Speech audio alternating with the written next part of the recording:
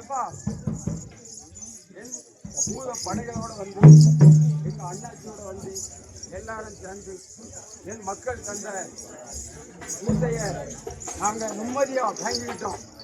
அதுல எந்த மாறுதலும் இல்லை. ஆனா பல 90% பேருக்கு கொஞ்சம் சஞ்சலங்களா இருக்கு.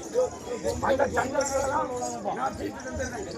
ஆனா நீங்க அம்மைக்கு என்ன செய்யணும்னா ஒரு மலர் எடுத்து வச்சாலும் போது நான் ஏற்றுக்கிடுவேன். உங்க அன்புனால நான் பெருதி நீ என்னைக்குமே நினைக்காதப்பா. அடுத்த கண்காட்சிக்குள்ள நான் வந்து அதை வந்து உங்ககிட்ட தெரிஞ்சிருவேன். நான் என்ன சொல்லணும் அதே மாதிரி நீங்க செய்யுங்க. அதுல ஒரு சின்ன தவறுகள் இருந்தா நாங்க ஏற்றுக்கிட்டோம். அது நீங்க செய்ய முடியாது. அதுல நீங்க நிபந்தனை பண்ண முடியாது. அதை நாங்க ஏற்றுக்கிட்டோம். ஆனா நம்ம அம்மா என்ன செய்வோம், அதை வச்சாங்க இதை வச்சாங்க அப்படி நீங்க உங்க இல்லத்துல நினைக்காதுங்க மக்கா. மாநிலத்தின் விலகி வந்தால் அந்த மாண்டை எங்க கோட்டை என்ன இருந்து அந்த கோட்டையை எப்படி ஆட்சி கொண்டு வந்திருக்கேன். எங்க கோட்டை கட்டாம என் மக்கள் எத்தனை பேர் அவர்கள் பூசைகளை நடத்தி கொண்டிருக்கான். அவனும் ஏமா ஒன்று சொல்லலாம். இதோட பெரிய கோட்டையும் இருக்கு. ஆனா இந்தியாவில் அமைஞ்சிருந்த எனக்கு இந்த ஒரு இடத்த மாதிரி நான் எந்த இடத்திலையும் பூசை கொள்ள முடியல. பூசை தரணும் நான் வழியில இருக்கேன். ஆனா இந்தியாவில் இந்த அளவான பூசை எனக்கு எந்த கிடைக்கல. ஆனா இருக்கிற மக்கள் குறைந்த மக்கள் அவ்வளவு கஷ்டங்கள்ல நடத்தி கொண்டு இருக்காங்க. அதை பயன்படுத்திக்கிற மக்கள் ரெண்டு நீங்க அம்மைக்கு மழை கொண்டு வந்திருக்கோம் கொண்டு வரல அப்படி எங்க மக்கள் நினைக்காங்க. ஒரு கடல்ல வாங்கி ஒவ்வொரு இடத்துல வந்து ஊட்டி போயிட்டே இருக்கேன்.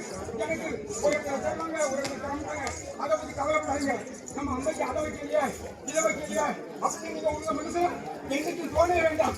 ஆனா ஒன்னே உங்களுக்கு கொஞ்சம் கஷ்டங்கள் இருந்தாச்சுன்னா ஒரு நாள் வந்து ஒரு பொழுது ஒரு கணக்கு ஏற்றி பேசுறாரு. நான் வந்து அங்க உங்களுக்கு எல்லாத்தையும் போட்டு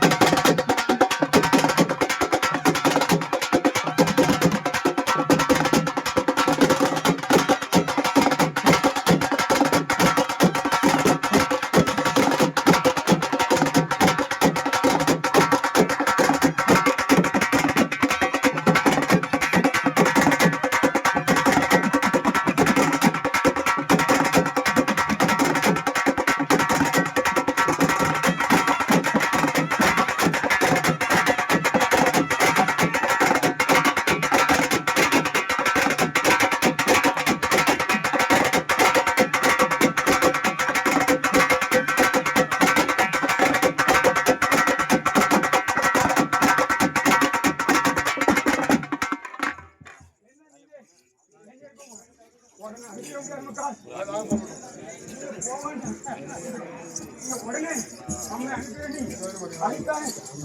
மக்கள் நான் இன்னும் கொஞ்சம் யாருக்கு என்ன